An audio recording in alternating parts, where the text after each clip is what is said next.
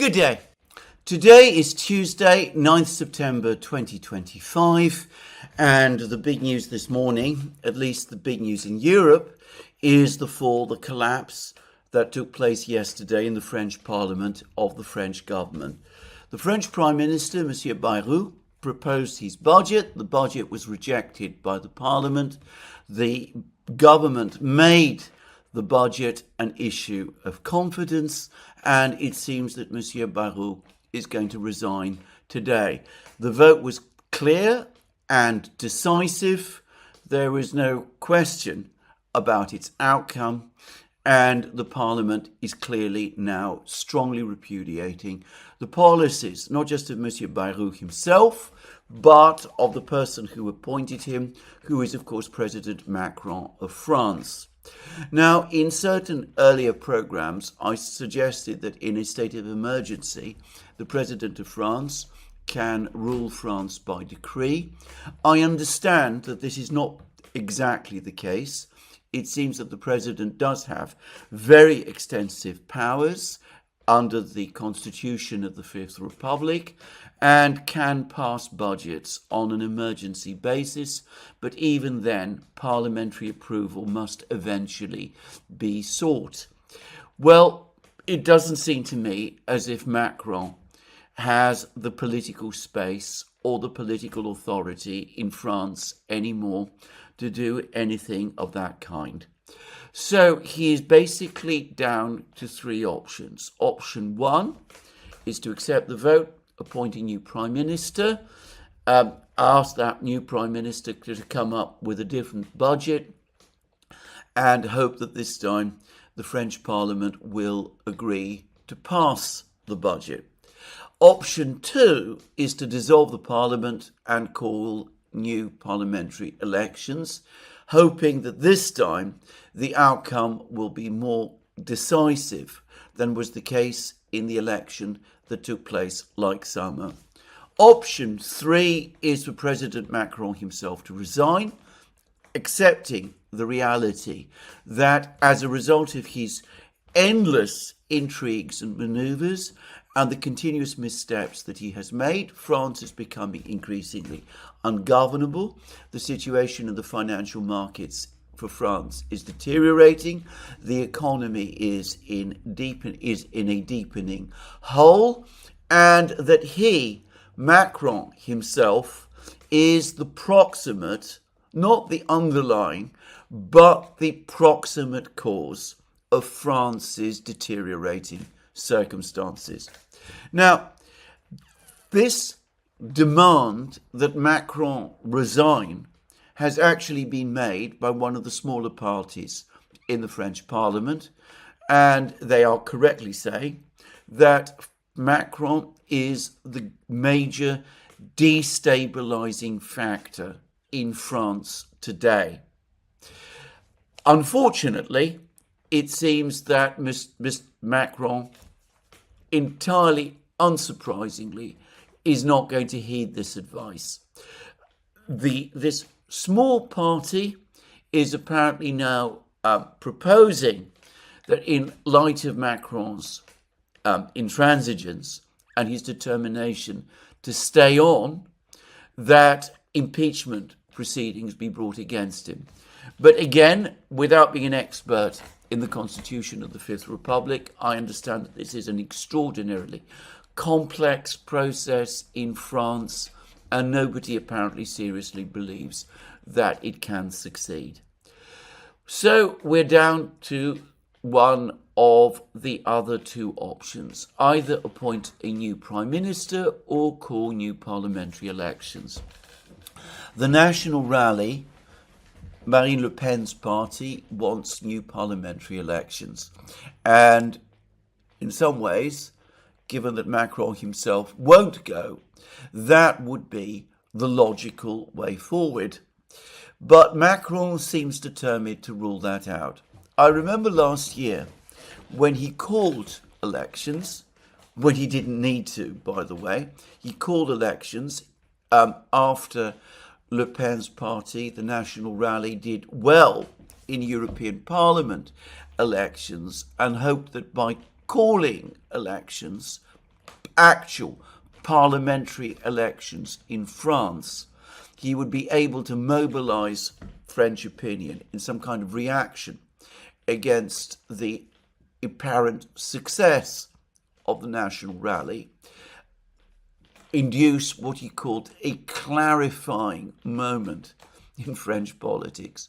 Anyway, what happened then was that, of course, there was a complicated outcome in which the national rally actually did very well in terms of share of the vote, and which led to the broken and dysfunctional parliament that we have today.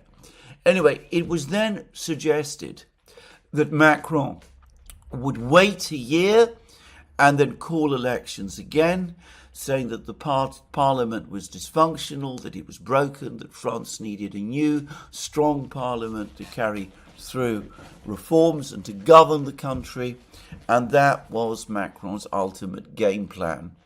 Well, it hasn't worked out that way, because the opinion polls show that if there was a parliamentary election today, the most likely outcome, in fact the overwhelmingly likely outcome, would be a runaway victory for the National Rally, for Marine Le Pen's party, and that, of course, is precisely what Macron doesn't want. So it seems that he is ruling out the option of new parliamentary elections. That leaves only one option left, and that is appointing a new prime minister. He says he already has someone in mind. That new prime minister then proposes a new budget, and the whole circus repeats itself, because it's difficult to imagine that any budget presented to the parliament by an ally of Macron would be acceptable to the parliament unless it was such a desiccated administrative, technical budget that there was no real strong political objection to it, which would, of course, in the short term, perhaps enable the budget to be passed and enable the political temperature to fall a little, but which would leave France's structural problems, which are acknowledged by everyone, unresolved and festering and likely to grow worse. Now, I'm going to say here what I personally think. I think the reason I personally believe that Macron ought to go is because, in my opinion, he has been a profoundly destabilizing factor in modern French politics.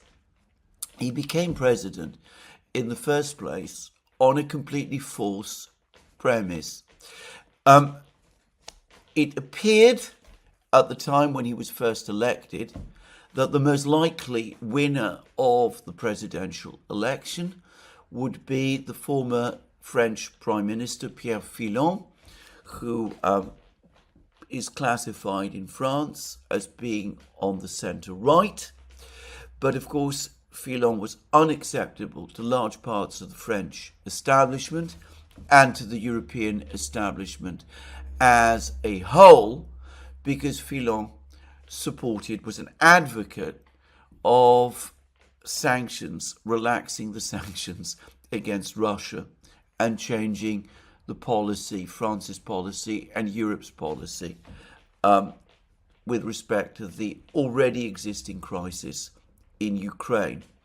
And as very often happens in French politics, Fillon was knocked out before the election took place through what was essentially, in my opinion, a political maneuver. A scandal was discovered in terms of his financial affairs, his handling of his office. There is no doubt, by the way, absolutely none whatsoever, that Fillon actually did commit the criminal acts that his opponents accused him of, and that he was indeed guilty of them. Except, of course, that in France, this is a commonplace thing for French political leaders to do, for politicians to do. I have no doubt that everybody knew about what Fillon was doing long before it became an issue. And of course, it was raked up at the time in order to knock him out of contention. And then, out of nowhere, this unknown young politician in his 30s, Emmanuel Macron, was presented to the French people as the person who would transform France, who would carry out the fundamental reforms that France needed, and he was presented to the French people as the outsider who would transform France. Except, of course, that Macron was not an outsider. He was a banker. He'd served in the French government already as a cabinet minister. He'd risen in the classic way in French politics. He was a graduate of the École Nationale d'Administration, which he has basically renamed. He's pretended that he's abolished it, but he's essentially simply renamed it in order to give the impression that he's abolished it. He was a classic insider presented to the French as an outsider. But the whole exercise proved successful. The insider-outsider, the young, charismatic leader, was successful against Marine Le Pen, who, of course, had all the major problems that has beset her throughout her career, the associations with the far right, the identification with Vichy and Pétain, and all of that, which basically held her back. And I would add, by the way, that Le Pen has never been a particularly good campaigner and was a seriously poor campaigner in that presidential election, which Macron, of course, then duly won. But as I said, the point about Macron was that he was elected on a false premise, that he was an outsider who would carry out a root and branch reform of France, whereas in fact he was a consummate insider who was basically brought into the system in order to preserve it whilst carrying out certain reforms, which inevitably, the cost of which were borne by the wider mass of the French people. And the result was a government that became increasingly unpopular and lost its way, and a president who was brought to power through intrigues and who continued with these various intrigues, and who also, as is often the case with people who are elevated to very high positions too early in life, became increasingly vain and excessively sure of himself, and who gradually lost touch, if he ever had it, with the pulse of French life and with the French people. And the result is a government that has just drifted, and which has at times also been aggressive in putting down opposition, and which has loyally followed the line of what might be called the European establishment and the French part of that European establishment as well.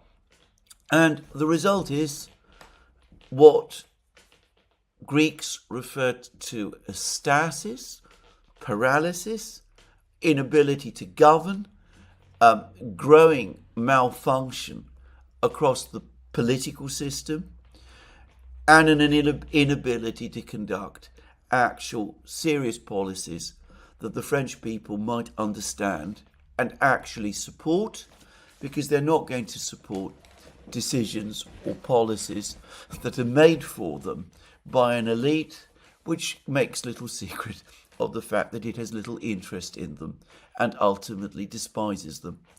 So the result has been, to those people who always insist that Macron is the great barrier, has represented the great barrier against Le Pen's victory, if Le Pen's victory is that important that it must be prevented. You often find people say that stopping Le Pen needs to be the overriding priority around which all of French politics should be constructed. I think that is completely wrong myself. But to those people who argue that, well, look at what has actually happened.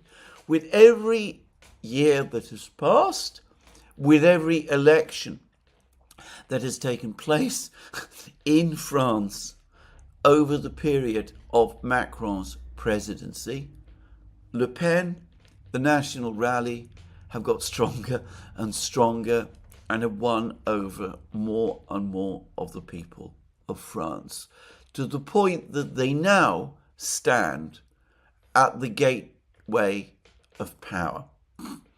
So Macron has failed in everything that he sought to do. He has not transformed the French economy for the better. He has not made it more dynamic. He has not stopped Marine Le Pen and the National Rally in their tracks. He's made them stronger instead. He's made France itself mostly ungovernable, at least at the political level. The administration in France continues to function very efficiently. France has always had a relatively efficient bureaucratic system. The finances, the public finances in France have deteriorated.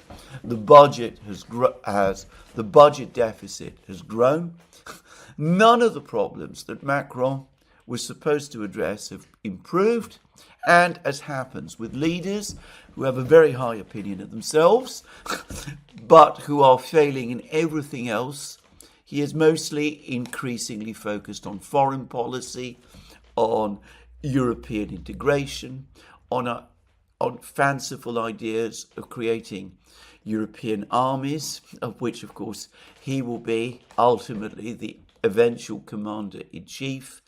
And, of course, over the last 3 years, he has become one of the major champions of the conflict against Russia in Ukraine. Here, by the way, I ought to say that he's also failed.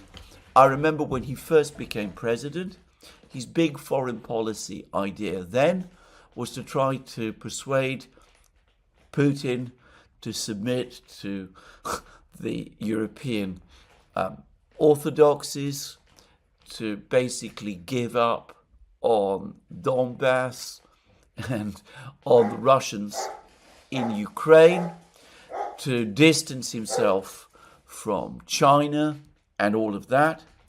I remember just a few months after Macron was elected, he invited Putin to France and he lectured him. He lectured the president of Russia about Russian history, giving the president of Russia, no less, a lecture about the policies of Peter the Great, who supposedly had chosen to assimilate, to absorb Russia into Europe.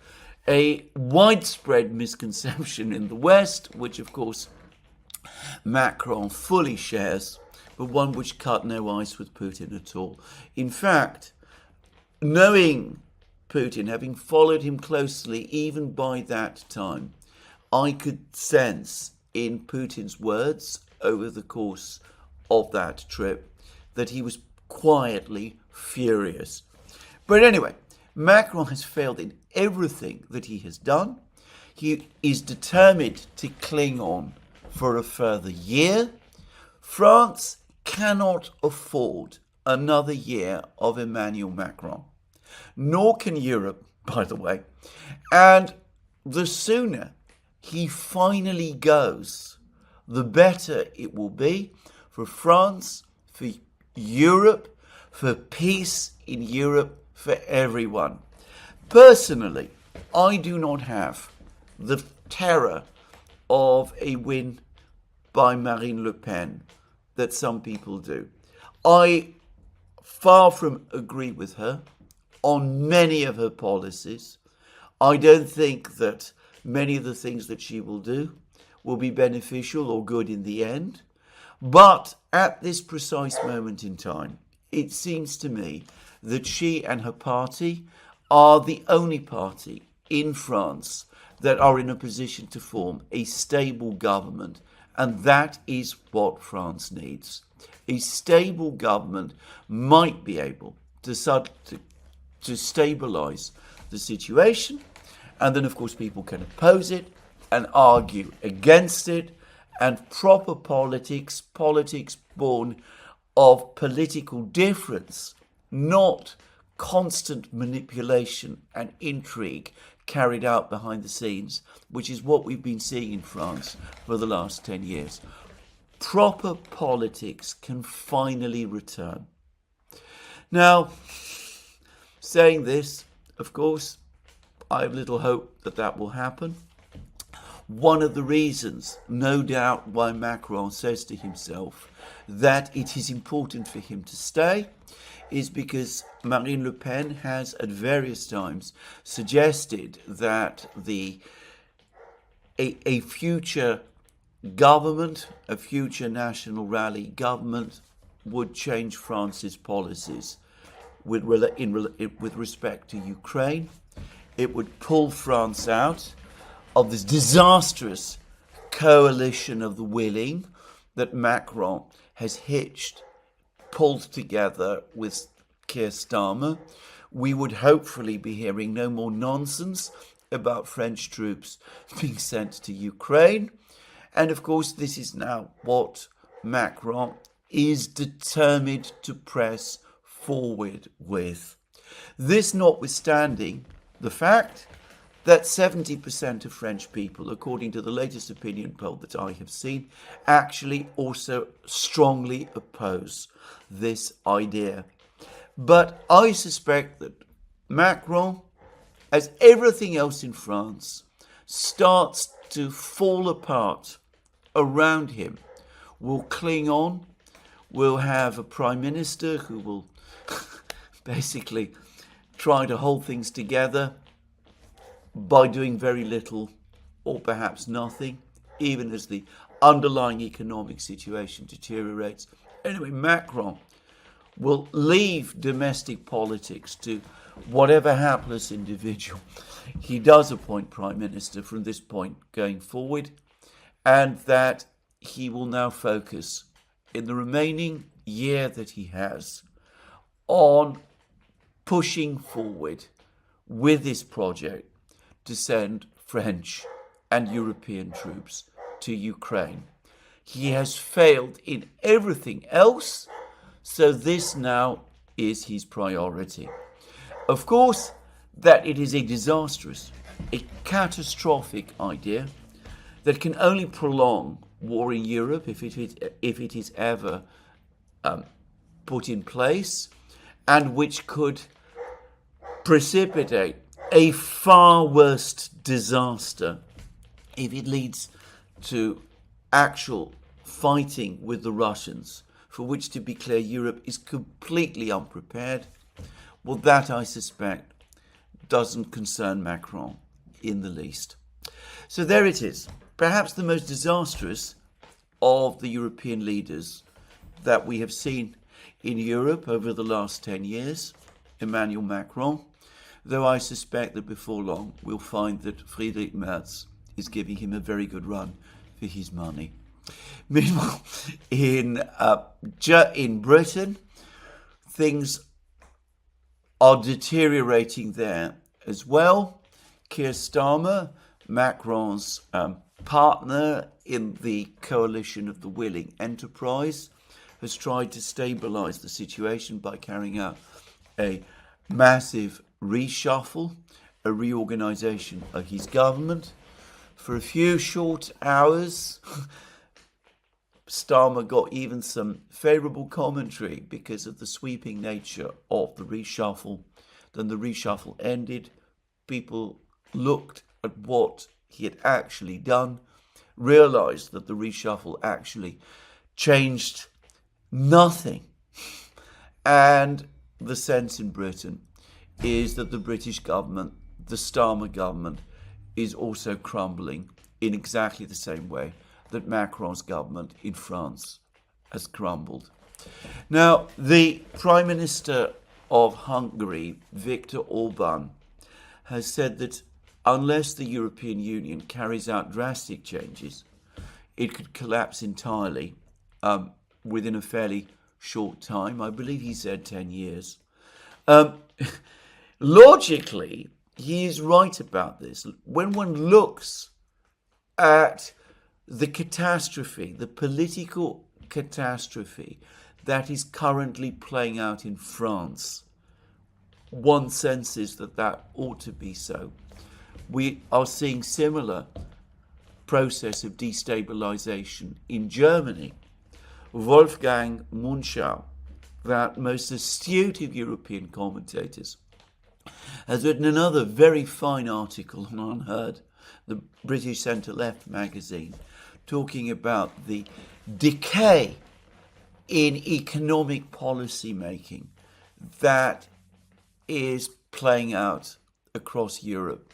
He points out, for example, that all the funds that people, European governments and the European Union are allocating are being dedicated to rearmament, which is not, by the way, going to happen, and that the program for investment in new technologies that Mario Draghi, the former ECB president, was articulating just a year ago, that's all basically melted away and been forgotten. And he's absolutely right.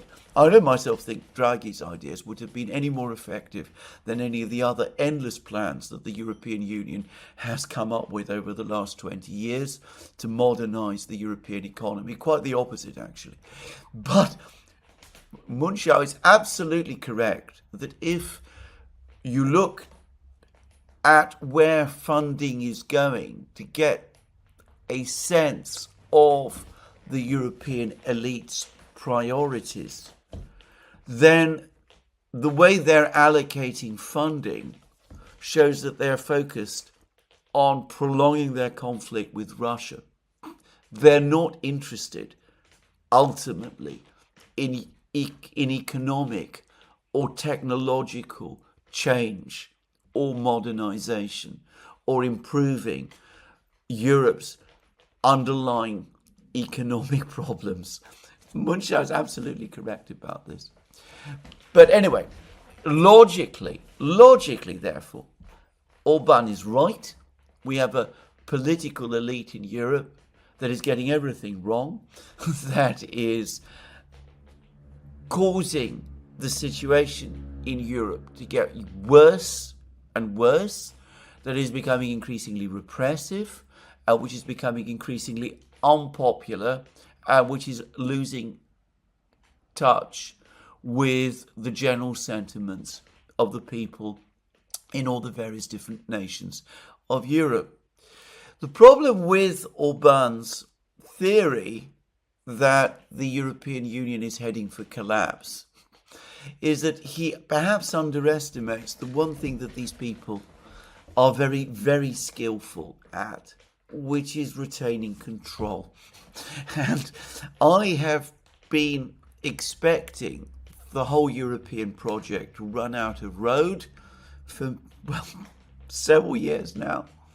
And they always seem to find some way to keep it going.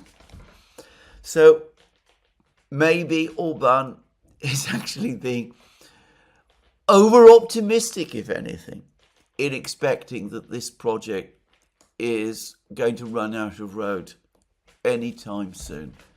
But one thing I'm absolutely sure, that the longer this continues, the more damage to the fabric of Europe is being done. We've seen the fabric that Macron has done, the damage that Macron has done to the fabric of France. And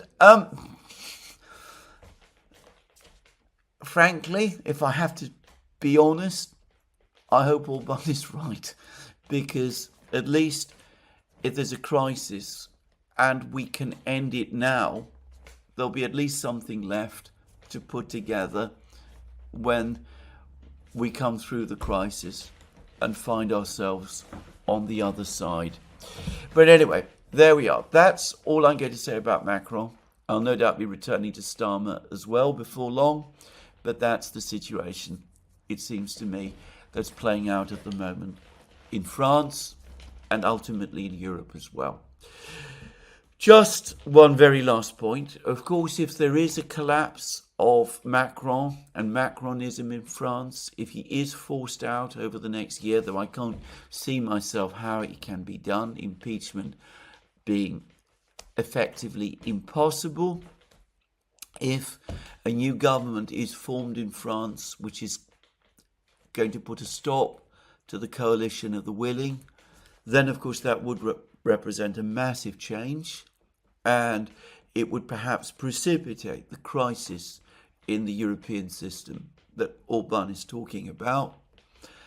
But Macron is determined to stay on, and I expect that the European elites will pull out every stop to prevent that happening. So a turbulent year ahead in France with no good outcome that I can see. And anyway, I suspect that where France is going, Britain will very soon follow. And then Germany too, and Italy as well. Now, all of this is going on, even as the great conflict in Europe, the military conflict in Europe, the biggest conflict that Europe has indeed experienced since the end of the Second World War, continues to play out. And, well, we've had more news or more information, I'm not sure whether it's news, over the last 24 hours, which, taken together, again, strengthens the sense that we are coming very fast in the military conflict to a point of crisis. In my program yesterday, I pointed out that we now had conclusive evidence that the strike on the bridge in Kremenchug that crosses the Dnieper, was not accidental, that the Russians did indeed target the bridge, that 11 Geran drones struck the bridge, and that this put the fact that the bridge was deliberately attacked beyond all possible doubt. Now, on the same day that the bridge was struck, during the massive drone and missile raid that took place across Ukraine, the one in which the Russians launched 810 Geran drones and also launched ballistic missiles, there was also a hit on the government building in Kiev, the building on Maidan Square, where the Ukrainian cabinet meets and which is, in effect, Ukraine's government headquarters, the headquarters of Ukraine's civilian government. Now, there was much speculation about whether this was a deliberate attack or an accidental one. The Ukrainian Prime Minister, Mrs. Sidorenko, insisted that it was a deliberate attack by the Russians on the building that houses the Ukrainian government. The mayor of Kiev, Vitaly Klitschko, an opponent of Ukraine's President Vladimir Zelensky. Anyway, Klitschko said that it was a drone that went off course after being hit by Ukrainian air defense, and the hit was, in other words, unintentional and something of an accident. And further reports to that effect appeared on various Ukrainian media sites. Well, over the course of the last 24 hours, an entirely different account of this strike has started to appear in the Ukrainian media. Allegedly, according to this account, the attack was not carried out by a drone at all. The hit was not carried out by a drone at all. Rather, it was a cruise missile launched by Russia's Iskander ballistic missiles. Now, I should explain that the Iskander is itself a ballistic missile. It comes with many different warheads. One of these warheads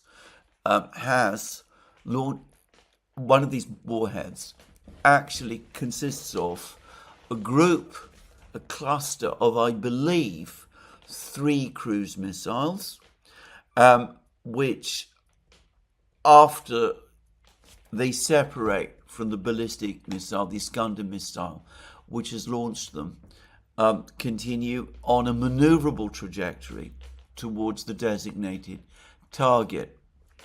And the claim is that it was one of these cruise missiles that struck the building, the government building, except that the warhead supposedly didn't explode, so that the damage was done exclusively by fuel from the rocket engine, burning fuel from the rocket engine, which explains the limited extent of the damage.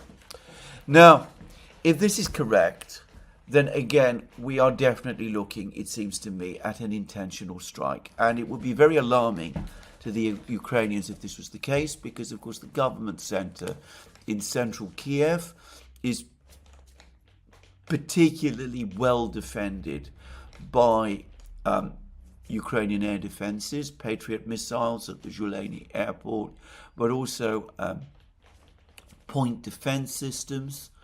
And it would mean that a cruise missile launched by one of these Iskander missiles penetrated this air defense shield, struck the government building, and that it was an intentional attack, and the only reason why more damage was not done was because the warhead itself suffered some kind of malfunction and didn't explode.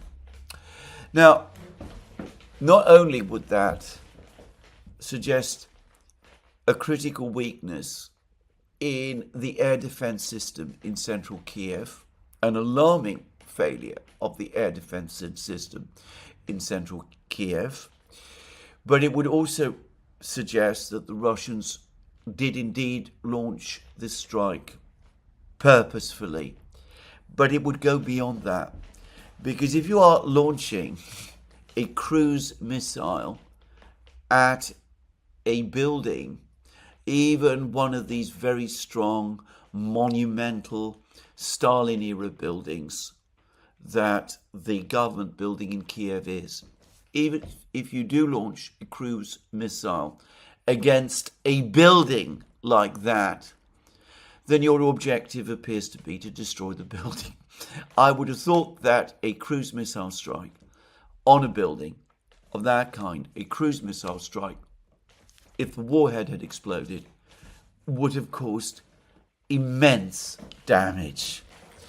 Now, I don't know that this is so. Arestovich, Zelensky's spin doctor, former spin doctor, who is now a dissident, casts doubt on the whole story. He says that if it was a cruise missile, even if the warhead didn't explode, even if it was just rocket fuel that burned, the damage done to the building would have been far more extensive than it was. And well, he may very well be right. I am not an expert in these matters. But the possibility, at least, is now out there that this was an intentional attack on a decision-making center in Kiev. The air defense in central Kiev failed, and collectively that is going to cause growing alarm amongst the political and military and intelligence leadership in Ukraine. They may start worrying from this point on that the Russians are indeed now finally coming after them.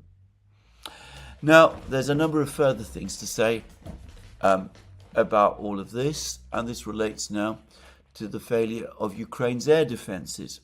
A couple of days ago, the Ukrainians confirmed that the chief engineer of Kiev's Patriot missile batteries had been killed in a Russian missile strike, which appears to me to confirm that the Russians have indeed managed to inflict successful destruction of Patriot missile batteries in the airport near Kiev itself. And perhaps not coincidentally, there is an article today in the Financial Times which speaks again about the critical shortages Ukraine is facing in terms of its air defenses.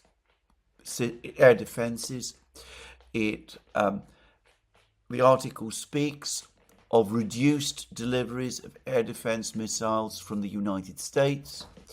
It speaks about how Ukraine is buying air defense missiles from private contractors, but these come only in batches.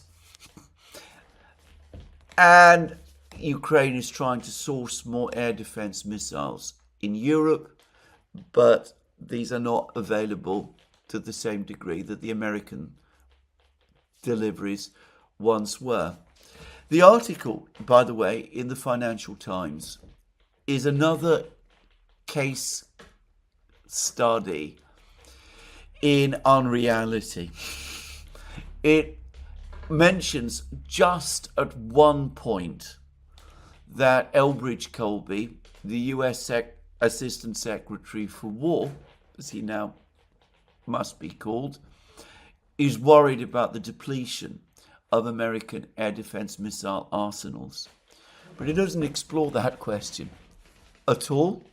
It doesn't discuss production numbers for air defense missiles systems in the United States and in Europe. It gives the impression that this is all somehow the result, these critical shortages that the Ukrainians are facing in air defense missiles is entirely due to Donald Trump and Elbridge Colby and people in the United States ultimately unwilling to supply Ukraine with the air defense missiles that it needs. The simple reality is that the United States is not able to keep up with demands for air defense missiles. Demands from its own military, demands from Ukraine, demands from its ally Israel, which is now in fact involved in a conflict with Iran, and of course demands from other American allies around the world. The Americans, about a year ago, ran out of missiles, and there is no way round this problem. Production of air defense missiles undoubtedly over time will grow, but will never grow to the level where it can meet Ukraine's needs, especially given the increasing power of the Russian missile strikes and drone strikes on Ukraine. It is impossible. So this is the reality that Ukraine faces. It is also the case that the air defense missiles that Ukraine possesses, the Patriots, the most advanced are the Patriots, simply are not designed to deal with the kind of hypersonic missiles that Russia is deploying in growing numbers and using in growing numbers. There will always be an argument about whether Patriot missiles can succeed in shooting down Kinjal hypersonic missiles. I accept it is a theoretical possibility, but everyone who I know acknowledges that in order for that to happen, Patriot missiles must be launched in barrages, depleting numbers at rapid speed, because this is not ultimately what they're designed to do. And there is no conceivable way that Patriot missiles could be used to intercept Oreshnik missiles if the Russians were ever to decide to use them. And I've read that they would probably not be effective against the Zircon hypersonic cruise missiles that the Russians have launched against Ukrainian targets on occasions as well. So Ukraine's air defense problem is simply going to go on getting worse and worse. One thing I have noticed is that, yes, it is correct that the Russians this year launch fewer cruise missiles at Ukraine than they did, say, last year. Obviously, there is a cost calculation here. Why deplete your stockpiles of expensive and cruise missiles that take time to build when you can achieve the same results by launching hundreds of much cheaper get-on drones? Just saying. But I've also noticed that the balance, the mix of Russian missiles launched at Ukraine is changing. The Russians increasingly launch in their missile strikes Iskander ballistic missiles, which at times can have achieve hypersonic speeds. And they're also increasingly using Kinjal missiles. In other words, the Russians are using more and more missiles that the Ukrainian air defenses are not really designed to intercept.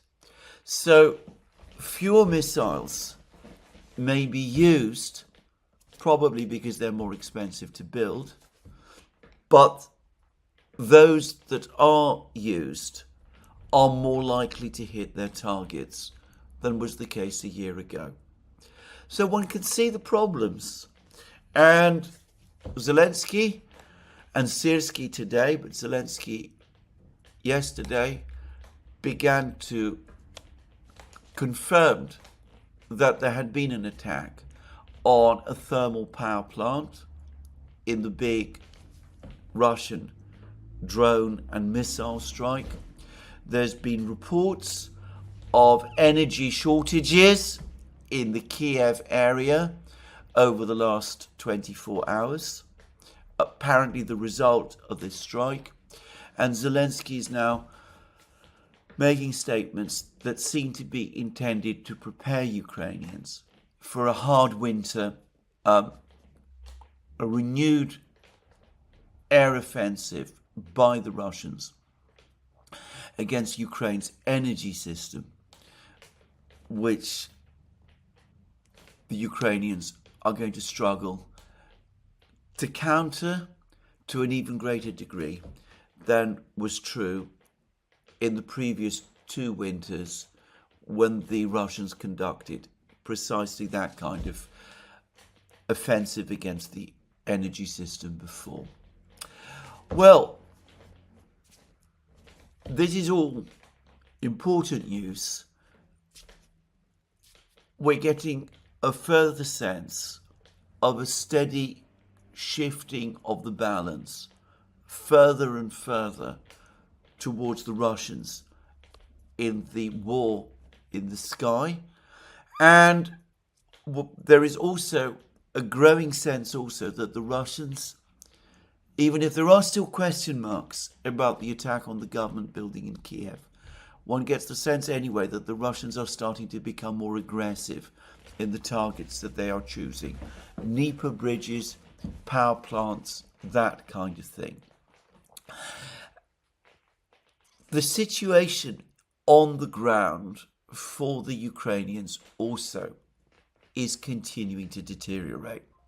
Now, I said yesterday that there was a lot of uncertainty about the situation around Pokrovsk, northeast of Pokrovsk.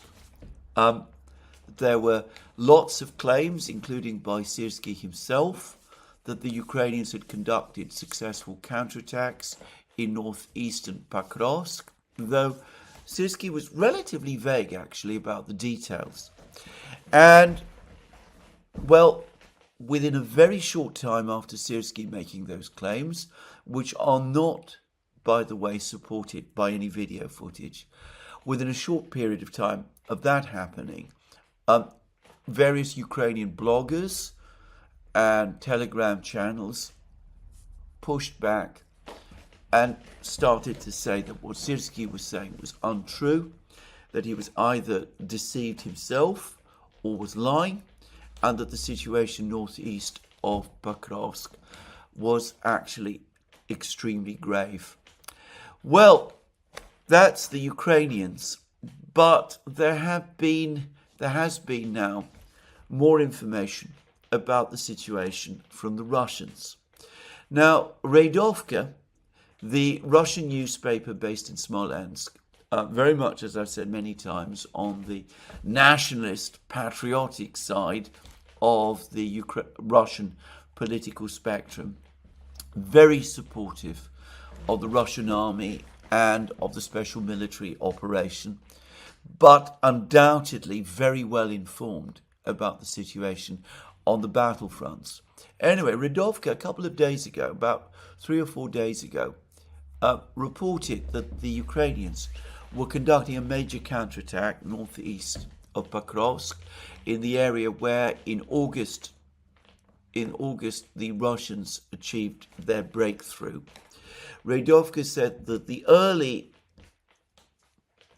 part of the counterattack was unsuccessful, but that it would take about 3 days to get a sense of its ultimate outcome.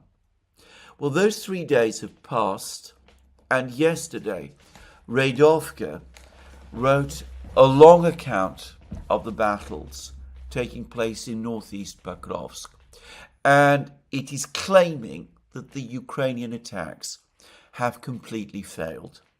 In 1 or 2 places, the Ukrainians did manage to advance, but the only effect of that was that their troops became cut off in mini cauldrons as the Russians were able basically to encircle their spearheads. And apparently no important settlements or villages were captured. And according to Radovka, not only has this counterattack failed, but it has weakened significantly Ukrainian defenses in the breakthrough area, that the Ukrainians would have been much better advised, instead of launching this counterattack, to have concentrated on building strong defense lines north of Pokrovsk. But Syrskyi, presumably acting on Zelensky's orders, tried to roll back the Russians, and as a result, the Ukrainian units that were thrown into the battle northeast of Pokrovsk were very badly mauled by the Russians and had been weakened, and these are some of the best brigades Ukraine has, and the result is that the Russians are now in a stronger position in this very same area to undertake further advances in the future. And Radovka continues to claim that the Ukrainian troops who occupied part of the village of Zoloty Kolodias, which is the northern settlement that the Russians captured in their August breakthrough, that the Ukrainian troops who are in that village are now surrounded, and that there are other Ukrainian troops surrounded as well. Now, there is still limited video footage to confirm any of this. Neither the Russians nor the Ukrainians are producing video footage. But I am going to go with Radovka for the simple reason that Radovka has been consistently correct up to now in what it has been saying about the fighting northeast of Pokrovsk. Not only correct, but ahead of all other reporting platforms. Clearly, they are being provided with information about the situation north of Pokrovsk by people who are there on the ground, just saying. And it looks as if the information they're providing is true. Now, we've had more information about the situation in and around Pokrovsk, other areas of Pokrovsk as well. Keir, who is an advisor of Denis Pushilin, who is the head of the Russian-backed regional government in Donetsk, Keir says that the Russians have advanced north of Udachne, the village to the southwest of Pokrovsk, and have reached and mostly occupied the Pokrovska mine, the biggest coal mine apparently in Ukraine, and the one which produces most of Ukraine's coking coal, the coal that is used in Ukraine's steel plants. Now, not only, of course, is this mine an important industrial asset, but it is immediately south of the E50 road, and it brings the Russians just south of that road in a position where they can stop, in effect, any communication, any supplies moving along that road to Pokrovsk itself. Now, according to Radovka, the Russians still have a presence just outside Grishinya, village to the north of this road. And about a week ago, the chief of the general staff of the Russian army, General Gerasimov, appeared to confirm this. So, one way or the other, it does look as if the Russians are edging very close now to this road, always, of course, assuming that Keir's claims are true. But then again, he's generally been reliable, and I have to say I tend to believe what he says. Now, the other area where the Ukrainians have been claiming successful counterattacks is in the area of Novoekonomichne and Mirnograd, except that video footage has now appeared, which appears to show Russian troops in this precise area where the Ukrainians were supposed to have made advances. Radovka says that there was a counterattack in precisely this area, that it was carried out by an over-aggressive and over-ambitious Ukrainian brigade commander, that the counterattack was a disaster, that the brigade that carried out this attack, has been badly damaged. And, well, the video footage appears again to confirm Radovka's account, and it looks as if the Russians are advancing on Mirnograd from the southeast, even as they are pushing towards the E50 road to Pokrovsk west.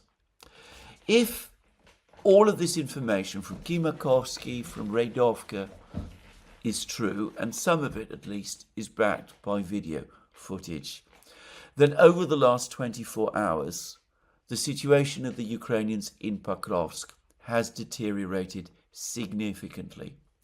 Now, there are also claims that there is a military crisis brewing for the Ukrainians in the Siversk-Liman area. Complicated battles are taking place there, but it looks as if the Russians now have captured all of the villages to the north and east of Liman itself and look poised to launch an attack on the town. And it also is increasingly looking as if the Russians are indeed close to cutting Siversk's remaining supply routes from the west, in effect encircling Siversk and perhaps forcing a Ukrainian retreat from that town. But perhaps the most dramatic news is from Kupiansk. The Ukrainians have accepted, apparently, significant Russian advances, admitted to significant Russian advances in that area.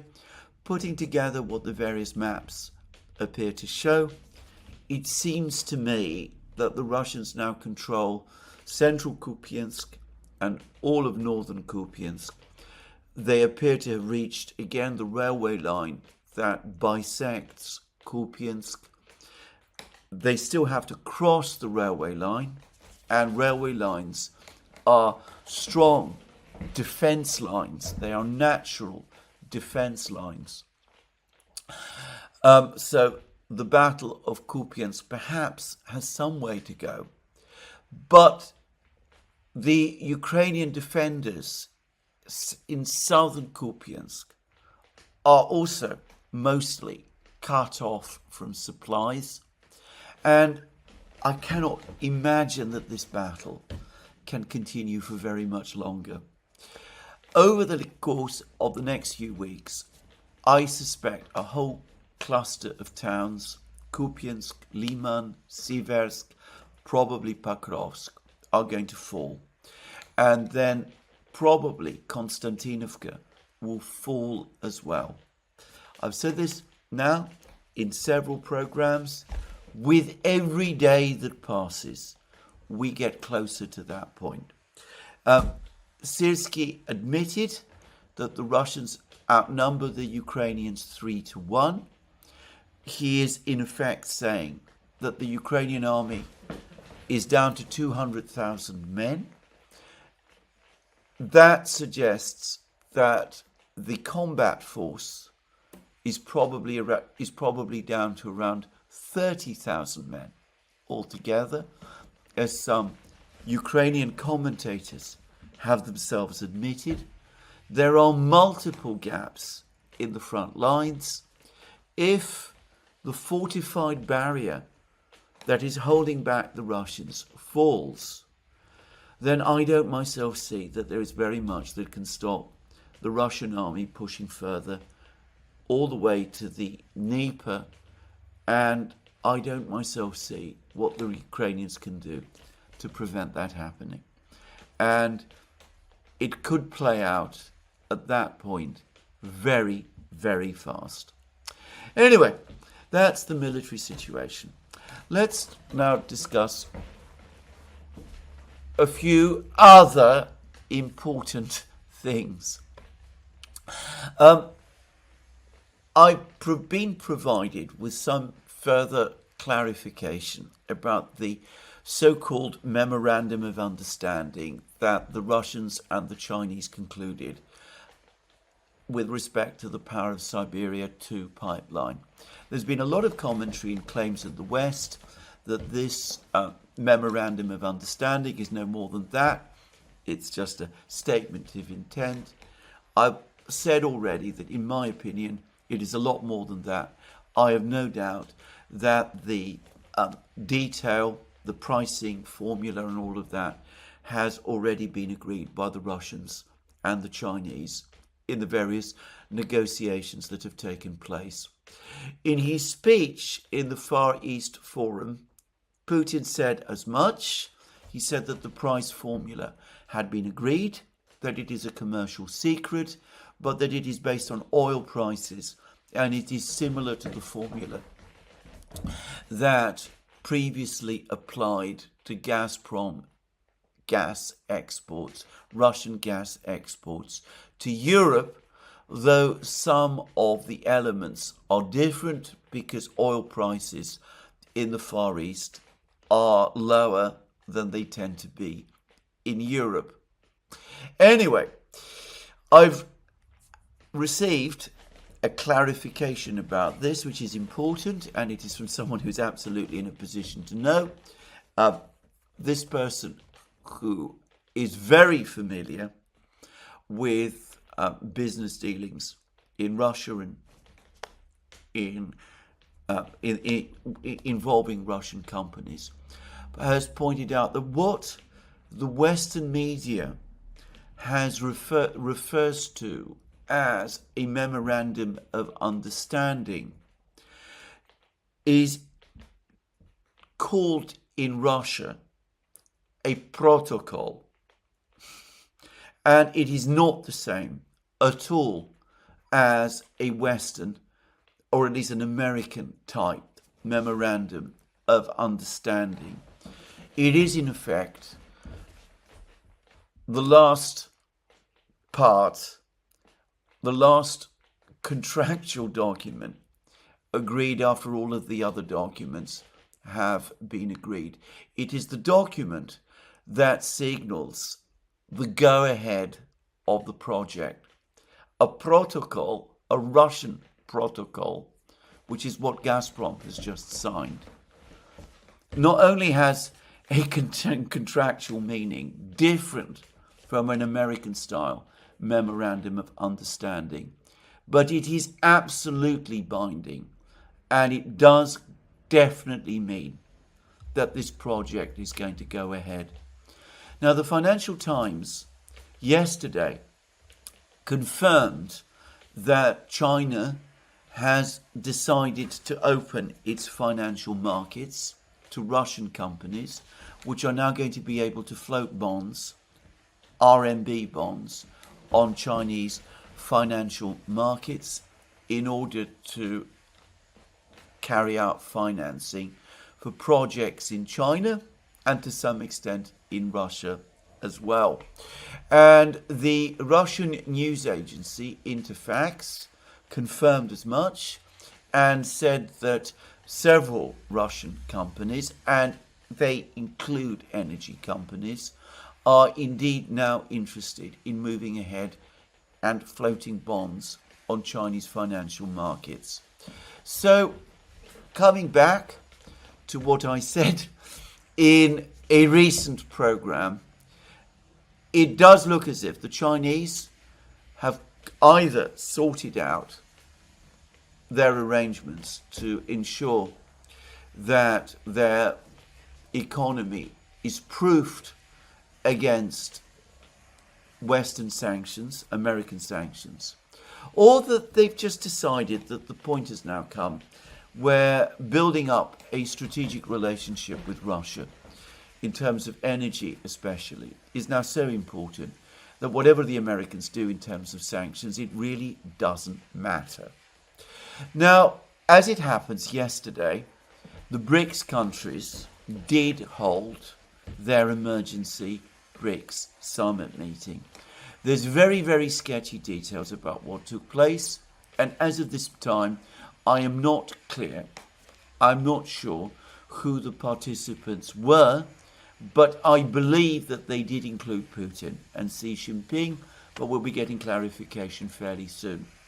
Anyway, the information that the Russians, at least, are providing suggests that the major discussion between the BRICS states was about sanctions, the threats of sanctions and tariffs from the Western powers, with the intention to sanctions-proof the various BRICS states from any further economic pressure from the West, in order to keep the movement of goods and trade between BRICS countries flowing whatever sanctions pressure it was that the Western countries, the United States in particular, applied.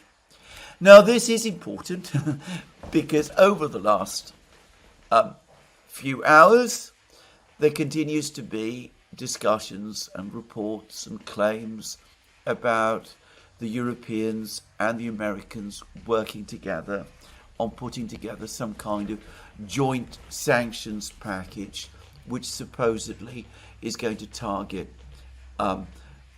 countries that continue to buy Russian oil and energy products. The most important buyer by far of Russian oil and energy products is China. Larry Johnson on Sona 21 has provided an actually extremely interesting chart in which he says that China buys 42% now of Russia's energy exports, mainly crude oil and coal. India buys 21%, mostly crude oil. Turkey buys 11% of Russia's crude oil. It also buys pipeline gas as well. And other countries basically make up the difference. But those three countries, China, India, and Turkey, are the biggest buyers. And India insists that it will continue to buy crude oil from Russia, and China obviously is going to do the same. And as I said already, they're going to continue to ramp up imports of energy products. The Chinese have just signed off on the Power of Siberia 2 pipeline. The other point that Larry Johnson makes is that the energy industry in Russia accounts apparently now for around 15% of Russian GDP. And this has been falling. Oil exports, this is again according to Larry Johnson, account for 15% of GDP in 2025. They accounted, in 2020, 19.2% in 2019, 21.1% in 2018. My own understanding is that this is continuing to fall and that it is now closer to 10%, by the way. Whatever happens, the Russians are going to be able to export oil and gas.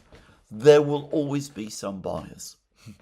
And if we're talking about the energy industries, the extractive industries taken as a whole,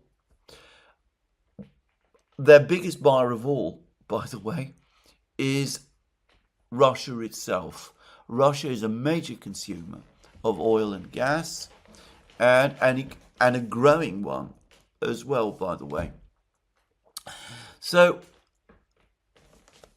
not only do Westerners overestimate the importance of oil exports to the Russian economy, they also overestimate their ability to pressure other countries to scale down that trade. The Russians are going to be able to continue to develop and grow their economy. They have a very, very low debt to GDP ratio, 19%. Their budget is currently running at about 2.3% of GDP. Has a budget deficit of about 2.3% of GDP, and that is apparently likely to fall next year. Industry continues to grow rapidly. There has been a reduction in the growth of GDP this year, but it's likely that GDP is going to start growing faster next year as the central bank reduces interest rates and as inflation falls. to repeat again the point I have made, there is no real prospect now, after the Chinese made the decisions that they did, that sanctions can achieve the outcome that the West expects. And as I said, we're moving towards a military crisis in Ukraine. It baffles me still that Westerners, despite all that has happened over the last 3 years, still don't get this. But with Macron and Starmer apparently determined to press on, probably this is what the West is still going to continue to do, even as the situation, the economic and political situation in the West continues to go wrong. Well, anyway, this is where I'm going to finish today's program. Apologies if there's some glare. Suddenly the sun has got very bright. But anyway, let me remind you again, you can find all our programs on our various platforms, Locals, Rumble and X. You can support our work via Patreon and Subscribestar and by going to our shop, links under this video. Last but not least, if you've liked this video, please remember to tick the like button and to check your subscription to this channel. That's me for today. More from me soon. Have a very good day.